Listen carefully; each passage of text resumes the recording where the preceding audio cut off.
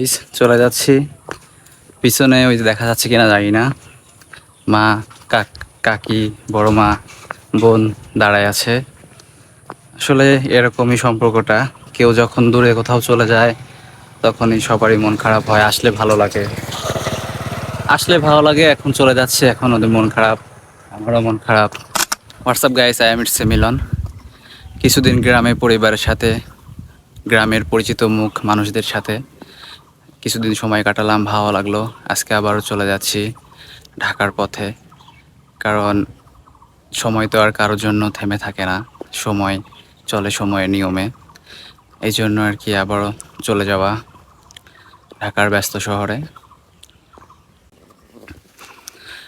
এই যে এই রাস্তাটা, কতবার যাওয়া আসা করেছি একই রাস্তা দিয়ে, তারপরও বাড়ি ছাড়ার অনুভূতিটা প্রতিবারই অন্যরকম লাগে। এই রাস্তা দিয়ে চলাফেরা, মানুষজন সবাই পরিচিত মুখ।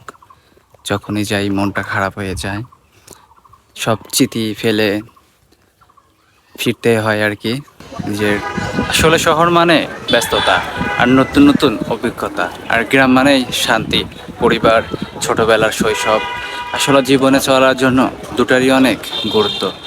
যেমন অভিজ্ঞতা জীবনের অনেক প্রয়োজন।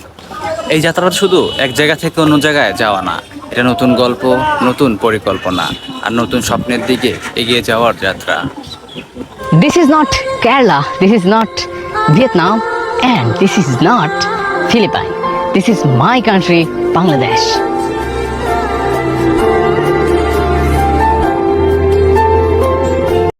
যখন তুমি জানো যে তুমি ভুল ট্রেনে উঠে পড়েছো, তখন তোমার উচিত সব থেকে কাছের স্টেশনে নেমে যাওয়া, কারণ সফর যত লম্বা হবে ফিরে আসাতে ততটাই ব্যয়বহুল।